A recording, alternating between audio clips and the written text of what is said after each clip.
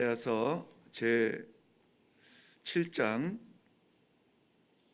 이사야서 제 7장 14절부터 17절까지의 말씀입니다.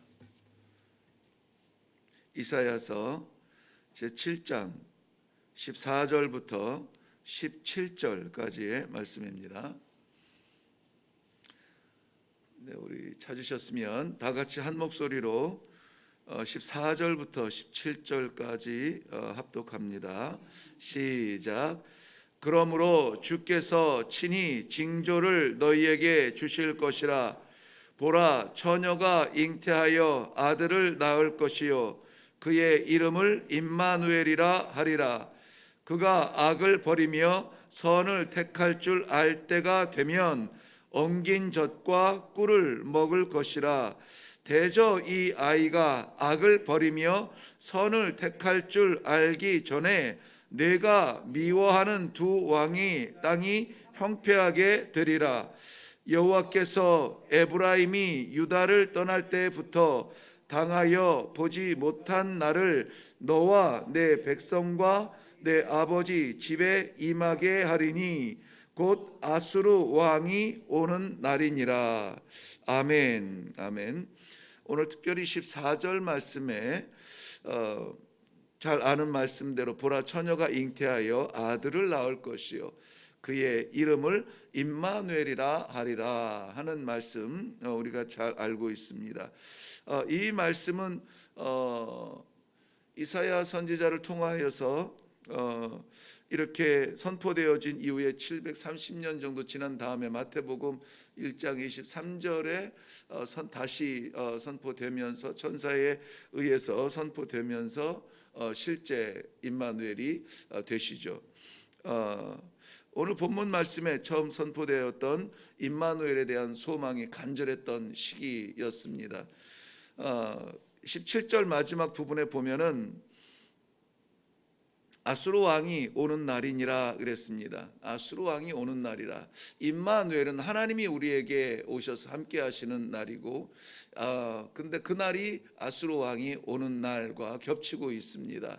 지금 이스라엘 백성이 받는 임마누엘에 대한 소망을 선포해야만 되는 그 상황은 아수르 왕을 사모하는 유다, 이스라엘이 아니고요. 이스라엘 전체 왕으로 명명을 했지만은 말씀은 대체 직접적으로는 유다의 백성들에게 하시는 말씀입니다. 그 배경은 그렇습니다. 아수르가 이제 그 확장 기세 등등하게 확장하는 것이 너무나 빠르고 커지기 때문에 주변에 있는 나라들이 거기에 대해서 긴장을 하게 됩니다.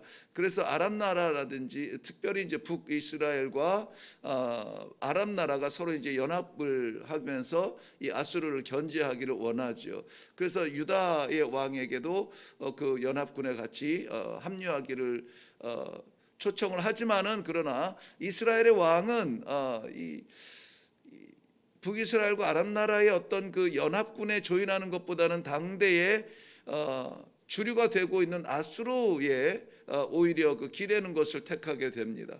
그래서 아수르에 기대려 하는 그런 유다가 괘씸하여서 북이스라엘의 그 베가 왕은 남유다를 침공하게 되죠. 20만 명이나 되는 포로를 끌고 가려다가 하나님께서 제지하심으로 말미암아 돌려보내기는 합니다만은 아무튼 두 차례에 걸쳐서 이 남유다를 침공하게 됩니다. 그때에 이 유다가 택한 길은 아수르에게 손을 펼쳐서 아수르 왕에게 도움을 요청하는 것이었습니다. 아수르 왕은 기꺼이 유다를 도우려고 오는 길이지만은 그러나 유다를 돕는다는 것은 결국은 이것 봐라, 이거 우리에게 이게 머리 숙이고 들어오는 남유다를 그저 돕는 것으로 끝나려 하지 않는 것입니다. 그래서 18절부터 계속되어지는 그 아수르 왕이 와서 벌어지는 일들은 참으로 수치스러운 일들이에요. 수염이 깎이고 머리가 깎이고 빼앗길 걸 다 뺏기고 땅은 황폐해지고 그러한 가운데에서 오늘 하나님께서 주시는 임마누엘에 대한 약속의 말씀인 것입니다. 자, 아수르를 붙잡으면 살 것 같았는데 북이스라엘 형제의 나라죠. 어떻게 보면은 국가라고 하는 이 선이 그어져 있지만은 하나님께서 아브라함 이후에 내려주신 한 혈통이요, 이 만민, 이 땅에 있는 열방들을 구원해야만 하는 그 사명을 가진 동일한 그런 민족 집단인데, 한 하나님을 섬겨야 되는 민족 집단이 지금 나누어져 있고, 그것이 지금 서로 전쟁 가운데 있으며 오히려 어려움이 됩니다. 근데 아람 나라는 오히려 이 남유다가 지배하고 있던, 남유다의 조공을 바치고 있던 에돔 나라까지 자기네들이 자유를 주면서 이 유다가 에돔 나라를 건드리지 못하게 합니다. 물론 블레셋도 이제 반역을 하기 시작하죠. 그러니까는 아수르를 향하여서 도무의 팔을 펼치는 그 순간이 어떻게 보면은 이 유다에게는 사면초가예요. 뭐 북이스라엘, 뭐 아람 나라, 뭐 밑에서는 에돔이 올라오고, 뭐 서쪽에서는 블레셋이 쳐들어오고, 뭐 사면초가에 꽉꽉 막혀 있는 이때에 어떻게 하겠느냐는 거예요. 이때에 살 길이 무엇이냐는 것이죠. 아수르가 아니라 임마누엘, 하나님께서 너희와 함께 할 때에 너희가 살 길이라고 하는 것을 말씀해 주고 있는 것입니다. 이러한 역사들은 우리들에게 지금도 말씀하세요. 지금뿐만이 아니라 이 임마누엘이 실제가 되었던 730년 이후에 예루살렘의 그러한 모양도 다르지 않습니다. 정치적으로 억압받고 있으며 종교적으로 소망이 없는 그러한 변질되어 있는 그러한 가운데서 이스라엘 백성들이 살 수 있는 것은 다른 것이 없었습니다. 하늘을 보았을 때에 이 임마누엘의 생명이에요. 생명은 임마누엘에서 옵니다. 세상에 그 어떤 힘으로도 올 수 없는 것이 이 하나님의 백성의 영혼의 생명이었다는 것을 말씀하고 있습니다. 예수님께서 오셔야만 했던 그 순간도 마찬가지였습니다. 공허했던 이스라엘 백성들을 구원하시기 위하여서 하나님의 때에 보내주신 것이 예수 그리스도, 예수라라 그 자기의 백성을 건지실 자임이라 라고 말씀하여 주시는 그 바로 뒤에서 온 것이 무엇이냐, 오늘 이 본문 말씀을 다시 한번 확인시켜 주시는 것입니다. 임마누엘, 생명의 길, 살 길, 이 하나님의 민족과 하나님의 백성이 바라보아야 되는 유일한 길, 사방의 우겨쌈을 당하여도 하늘을 바라보며 임마누엘 되신 하나님께 구원의 손을 구원의 도움을 기도해야 될 때, 우리의 팔을 펼쳐서 붙잡을 것이 세상의 그 무엇도 아니라 하나님이신 것을 고민하고, 그것을 결단하고, 그것을 선포하고, 그것을 보여줘야 될 때가 바로 이 임마누엘에 나타나셔야 될 그때라고 하는 것입니다. 오늘 8절 말씀 읽지는 않았습니다만은 8절 말씀 가보면은 대저 아람의 머리는 다메섹이요 다메섹의 머리는 르신이며 65년 내에 에브라임이 패망하며 다시는 나라를 이루지 못할 것이라. 에브라임은 북이스라엘을 대표하는 이름인데요, 65년 내에 망할 것이라는 거예요.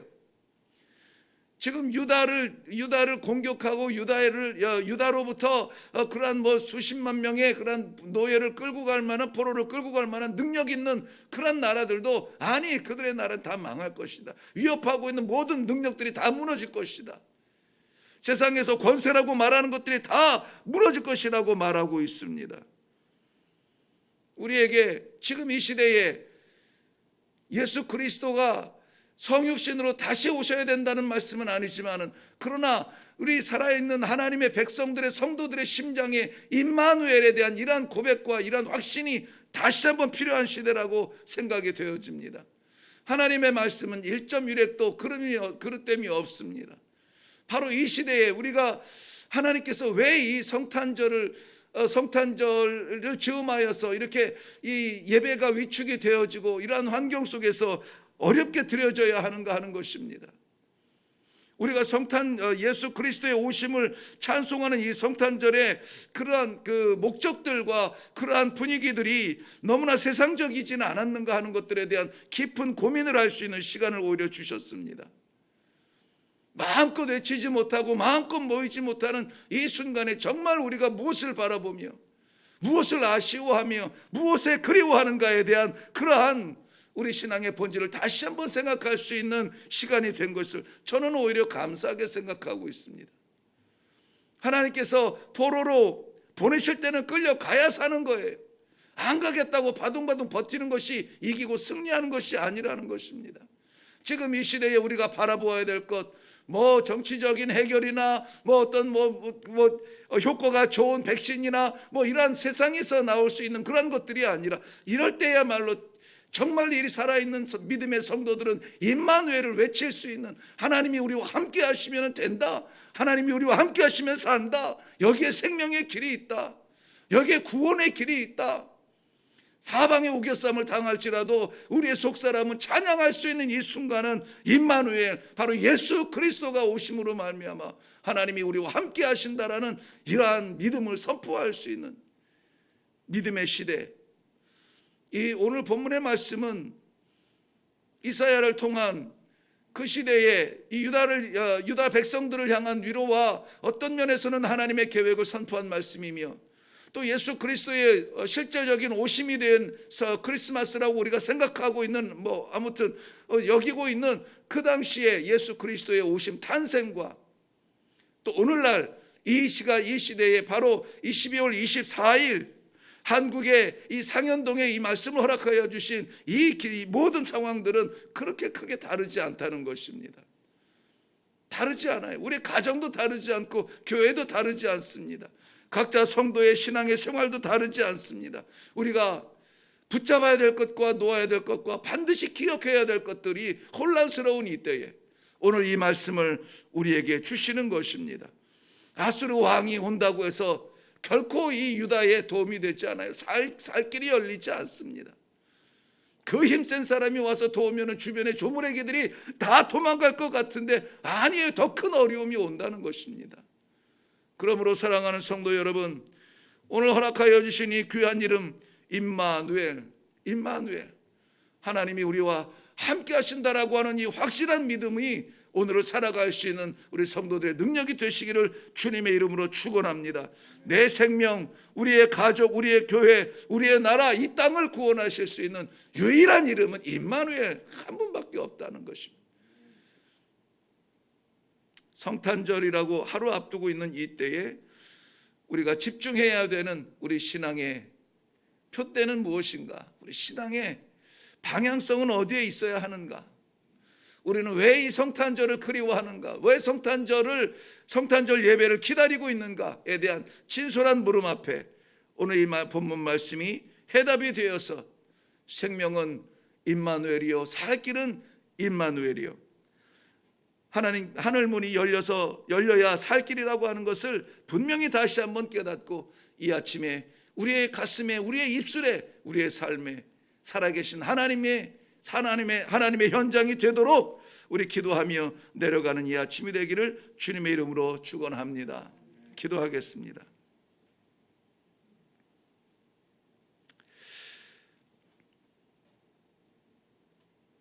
주변의 나라들이 일어남으로 인하여 산없이 작아졌던 유다가 살 길은 임마누엘이었습니다.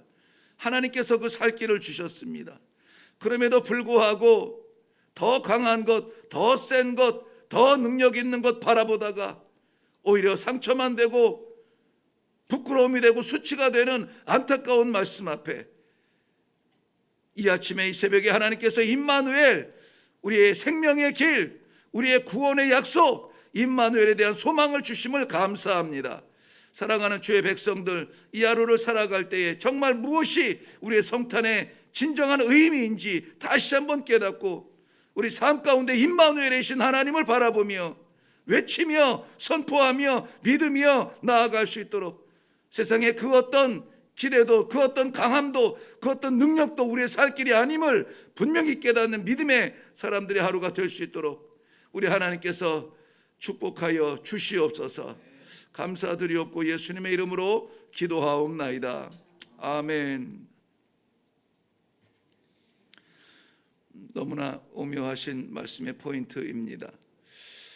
성탄절을 하루 앞둔 시간에 임마누엘에 대하여서 다시 우리에게 생각할 수 있는 시간을 주셨습니다.